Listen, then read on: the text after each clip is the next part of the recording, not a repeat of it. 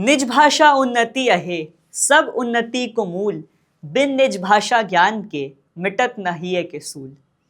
Master जी कहा करते थे, जिस भाषा में आप रो सकें वही आपकी अपनी भाषा है, जिस भाषा में आप प्रेम कर सकें वही भाषा आपकी आत्मा की भाषा है, और जिस भाषा में आप अपनी माँ से बात करते हैं उसी भाषा में आप सबसे गाढ़े रिश्तेदार हैं।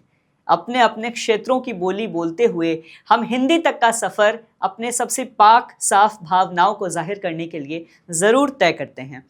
विश्व हिंदी दिवस के मौके पे मैं आपसे ये पैरवी तो नहीं करूँगा कि हिंदी में क्यों नहीं बोलते, हिंदी में बोलिए, ये आपकी स्वेच्छा का विषय हो सकता है। और मुझे यहाँ हरिशंकर परसाई का परिहास भी याद आ जाएगा कि हिंदी दिवस के दिन हिंदी बोलने वालों से कहते हैं कि हिंदी में बोलना चाहिए।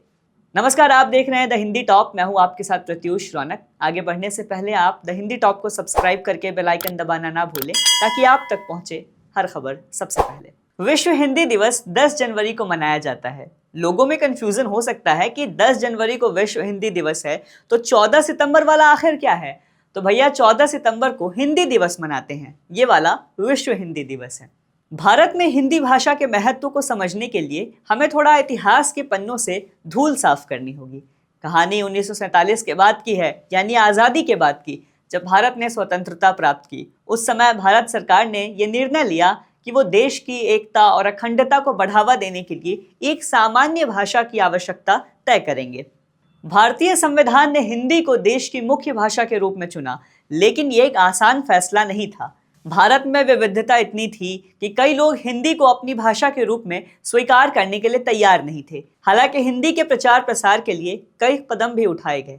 हमारे संविधान में हिंदी को आधिकारिक भाषा का दर्जा दिया गया है, लेकिन उसे दुनिया भर में प्रचार और सम्मान दिलाने के लिए अनेक प्रयासों की आवश्यकता थी। यही वजह है कि 10 जनवरी 2006 को भारत सरकार ने विश्व हिंदी दिवस मनाने की शुरुआत की।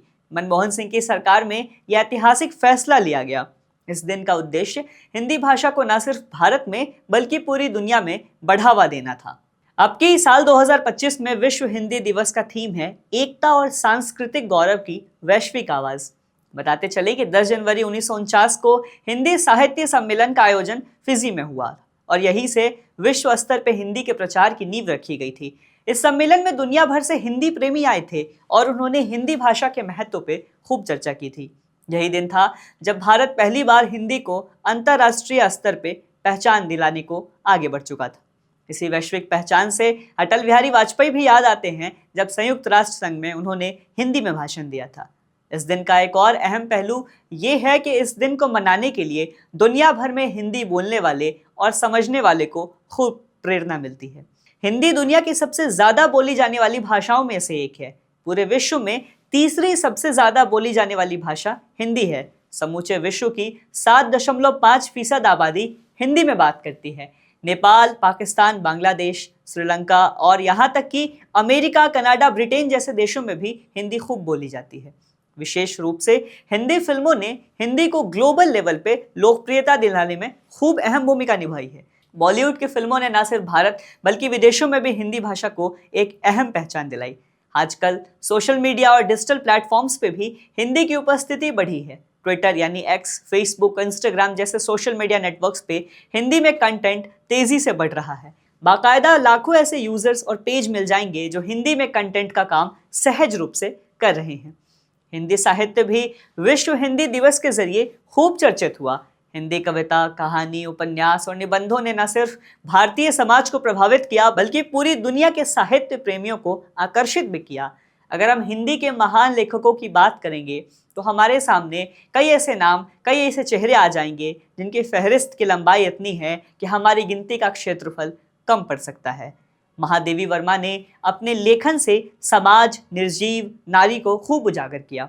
रामविलास शर्मा का साहित्य किसे पसंद नहीं है। मधुशाला की पंक्तियां किस हिंदी पसंद व्यक्ति को नहीं याद होंगी। भला कौन ऐसा प्रेमी होगा जिसने धर्मवीर भारती का गुनाहों का देवता नहीं पढ़ा हो। रविंद्रनाथ ठाकुर के साहित्य के नोबेल प्राइज पे हम गुमा कैसे न करें।